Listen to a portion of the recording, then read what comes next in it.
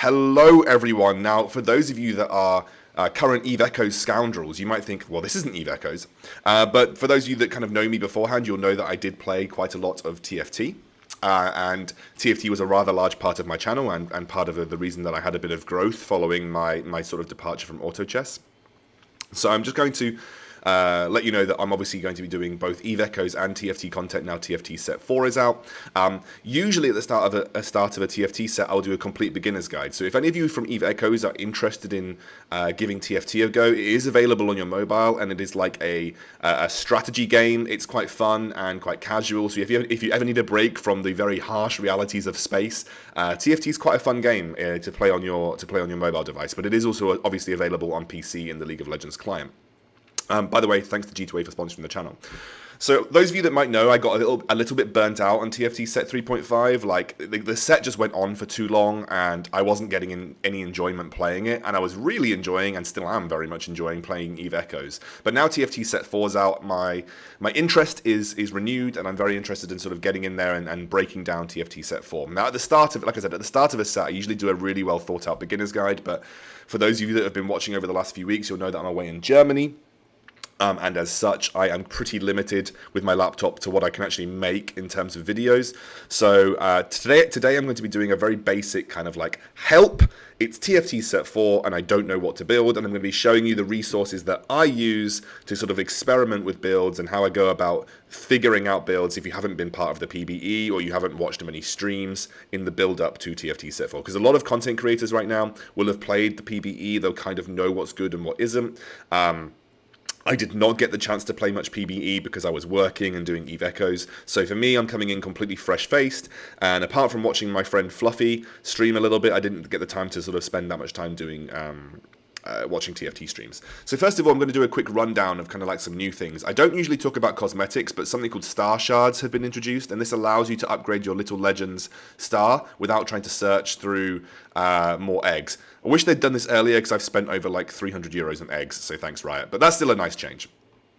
There are some new arenas which look pretty nice. I think some of the best looking arenas. They seem to be leveling up these arenas every single time. Ranked is going live on patch 10.19. You'll mostly start back at Iron. I think I'll start in Bronze because I was in Master, but most people will start back in Iron. It won't take you very long to climb through the ranks. One win should get you from like Iron 2 all the way up to like Bronze 2, 3 or 4. So the big change to Ranked is like players finishing in 4th or better will now gain at least 10 LP. Players finishing 5th will now lose at least 10 LP. So the rewards for 4th are better, and the sort of the punishment for 5th is more harsh as well. Okay, so there is no longer any wild galaxies. There is something called Chosen, and Chosen affects individual champions in the game. And as you can see, the tier odds go up. And they kind of like, you can have a chosen at any particular level, and you could wait for a 4-cost or a 5-cost chosen, or you could just go straight in and try and find a 1-cost chosen. But a chosen champion starts at level 2, and it will have a chosen trait, so a class or its origin, and it will count as 2 of that particular trait. So, you know, let's say we have a cultist and you get a chosen cultist, it will count as 2 of that cultist, allowing you to hit thresholds with less of those units on the field, which is really interesting. And it's going to make this set completely wild in the sense that you could probably make an absolutely metric crap load of compositions just based on chosen champions that you get. They get 200 extra HP. And they either get an extra 400 HP, an extra 30% spell power, 30 AD, or 25% reduced mana cost. So essentially, they are just powerful versions that start at level 2, and they count as 2 of that particular trait that is chosen. And you can see the list. I'm not going to go through the entire list. I'm going to link these patch notes in the description so you can read through them yourself. But there is a list of champions that get like specific bonuses, and you'll see that.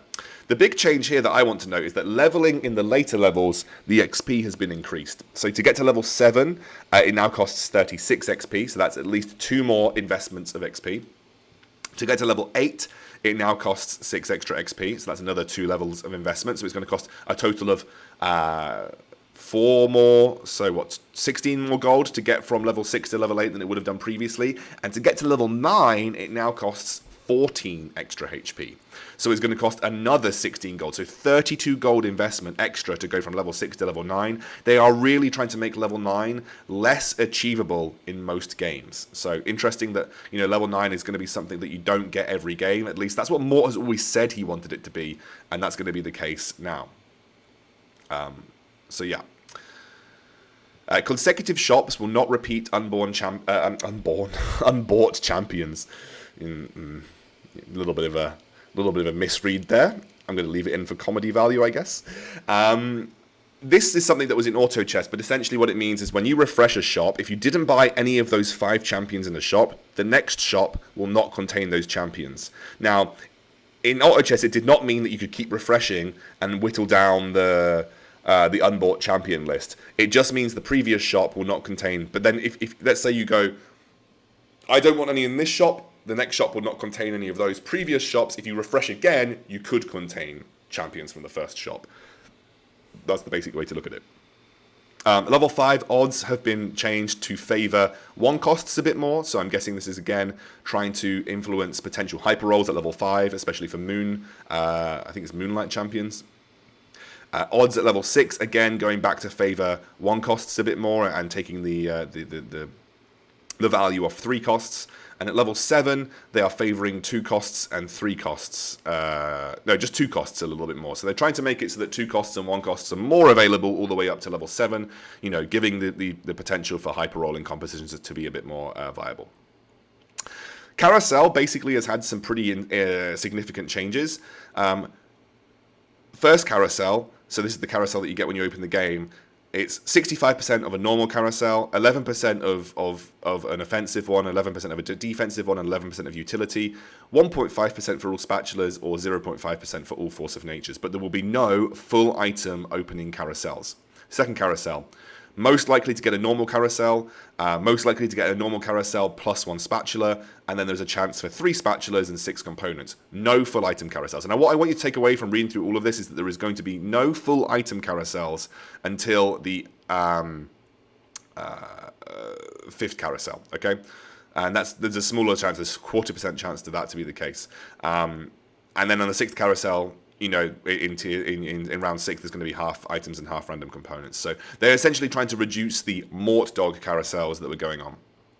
Okay, so we have got some item changes to go through. Swordbreaker, which was the disarm item, has now been replaced to Gargoyle Stoneplate, which is essentially a tank item. It's great for if you're having someone draw the aggro at the start of a fight. And Sunfire Cape, replacing Red Buff, now applies to a random enemy within 2 hexes every second. Damage is now 25% of the affected unit's max health in true damage over 10 seconds, which really makes like tank carries a real viability, like Sunfire Cape plus Gargoyle Stoneplate. Plus maybe like a Warmog seems like a really, really interesting item set. Needlessly Large Rod's been nerfed by 5 spell power. Bloodthirster, nerfed by 5% healing. Chalice of Power duration is now for the entire round. Deathblade per AD stack, or Deathblade AD per stack is reduced by 5. Dragon's Claw magic reduction has been boosted to 60%. Giant Slayer bonus damage has been reduced at to 10/90%, depends on the HP value of the target, so better versus high HP targets, which obviously versus something like a Galio would be interesting. Ginsu's Rageblade has had a small buff, sorry. Hextech Gunblade healing has been pretty significantly nerfed. Infinity Edge grants 75% critical strike chance instead of 100, and it converts 1% of each of the holders' critical strike chance above 100 into 1% critical strike damage. So essentially you can run some crit builds that would deal very high damage. Jeweled Gauntlet crit damage is up to 50%, so Jeweled Gauntlet seems like a really interesting item, and I think that's to compensate potentially for the Infinity Edge nerf, because the Infinity Edge Jeweled Gauntlet stuff. But I think you could probably combine these two to get 100% crit chance regardless, so very interested to see how Jeweled Gauntlet comes out.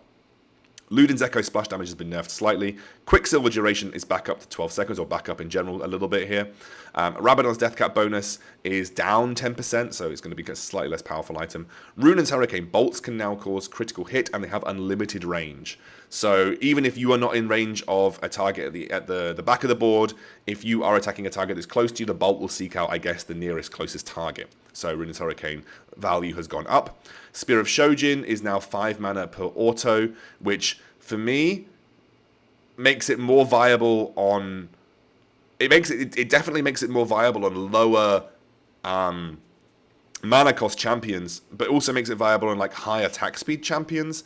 18% of max mana per auto after first cast. If they had like 100 mana, you were getting 18 mana per hit. So this is a massive nerf to Shoujins with high mana cost spells. So you're not going to be able to spam high mana cost spells as easily anymore. Static shift damage has gone down by 5. So those are all the changes to items. 5 seconds added to the start of every planning phase. This will be removed in patch 10.20. So essentially, it gives people more time to think. Fixed a long time bug where Grievous Wounds was twice as effective as intended. That's insane if that's been going on for ages. Trap Claw has a different visual effect. Completed items can no longer drop from orbs. Spatula items can now drop from endgame PvE rounds, but only if you have at least one of that trait on the board. Adjusted all types of orbs and their content across all stages of the game. All percentage damage amps now stack additively instead of multiplicativity. I can't even say that word. Multiplicatively. Why can't I say this word? I'm English. Multiplicatively. It's a really dumb word to say. Multiplicatively. There you go. I said it. That's your laugh for the day. Why can I not say that word? Multiplicatively. It still sounds wrong. With one, I make myself seem so stupid in my videos sometimes just through my pronunciation of things. But the word multiplicatively is actually a fairly difficult word to say. With one or another by source, so items can still multiply traits, but not other items. Okay, interesting. All percentage damage amps now stack additively instead of multiplicatively with one another by source. So items can still multiply traits, but not other items. I would assume that means like Rabadon's Death Cap wouldn't boost the SP or the spell power coming from Ludens, and also Rabadon's Death Cap maybe wouldn't boost the damage that goes into Luden's Echo. I would love to hear if anyone has any like general breakdown for that. But yeah, that's the overall patch breakdown. Let's talk a little bit about how I go about, I guess, choosing comps in a new set when I haven't had the practice on the PBE. Oh, and by the way, there's a great cheat sheet. If you don't know anything about the origins and classes, there's a great cheat sheet that League of Legends have published on this patch notes. You'll see it on the patch notes link, but I'll also put the separate link for it in the description below. I'm not going to go into it into too much detail. Honestly, the best way that you can learn is by playing and just go and play some normals and have a go with all of the different origins and classes. It's the best way that you can do it. Right, let's talk a little bit about how we go about selecting comps and playing comps in the new set. Well, luckily there's an infinite amount of resources out there, and I use them when I'm in a new set. I obviously people used to use me as a resource in terms of explaining how to make compositions, but I never invented compositions. I never kind of like I kind of always looked at a composition and tried to break it down to a level that most people could understand. But I'm going to show you some of the resources that I use to learn new compositions. The first of which is this incredibly good spreadsheet. I'm trying to see who this spreadsheet is by. I used to know the name, but I can't see the name anywhere on the spreadsheet. But essentially, it's a really, really good spreadsheet. And it usually gets posted to Reddit quite frequently. And also, obviously, as you can see, it's now sponsored by Blitz, and you can get the Blitz overlay. But I do want to link this spreadsheet in the description below. I did not create it. This is a spreadsheet that a lot of people use very frequently to get to grips with how the set works. I'm just going to zoom in slightly here, over here. So what you're going to see is by reading this, it shows you the origins and the classes. So the origins and the classes that you can use to essentially break down the comp at its very core. But the main thing that you want to be looking at when looking at this particular spreadsheet is looking at the level, so the level that you need to activate this composition, and then looking at the units that are in it. And then you'll look over to the right of the units, and it'll have carry 1, carry 2, and further itemization, okay? So what it will say is Wukong is your primary carry, and you want him to try and be chosen, and it's RFC, Deathblade, Gwynsu's Rageblade, Deathcap, IE, and you can see the key for items is down below here, and also the star means 3-star for the win, but obviously if you're running a primary carry, it's good to have Chosen for that as well. And you see that there's a Chosen tab here, Wukong, with Vanguard being the primary Chosen for him, because that would be obviously being able to make him a bit more tanky. And again, you go through the comp lists here, you look at the primary carry with the items and you try and play towards that. This is my primary resource. I use this one as a way to learn the new set. This is my favorite. I'll link it in the description below. You can go to a website like TF Tactics, and TF Tactics will have a tier list out. Oh, by the way, when just talking about this, usually the top is the best and the bottom is the worst. So the tier list, you read it from top to bottom, top being the better compositions and the bottom being the less so, okay? If you want a more active and obvious tier list with the likes of positioning included, there is tftactics.gg. I used to use this a lot when I started. I found it to be less useful as I sort of got into the game. But as you can see here, it has a different opinion on tier lists, and I think tier lists are going to be wildly different until we see mass testing on the live server. But this is just a good way to sort of get to grips with particular compositions and which items that you need, and then also some positioning help as well. This website is really good for new players, so if you're new to Teamfight Tactics Set 4, you're probably going to get a lot of benefit from this website. The next one that I use quite frequently, and the one that's going to be the most, I think the best website to go to when you're looking to see meta trends, like what's actually going on in the set, is lolchess.gg/meta. They have a set 4 tier list here, and you can see it says open in builder.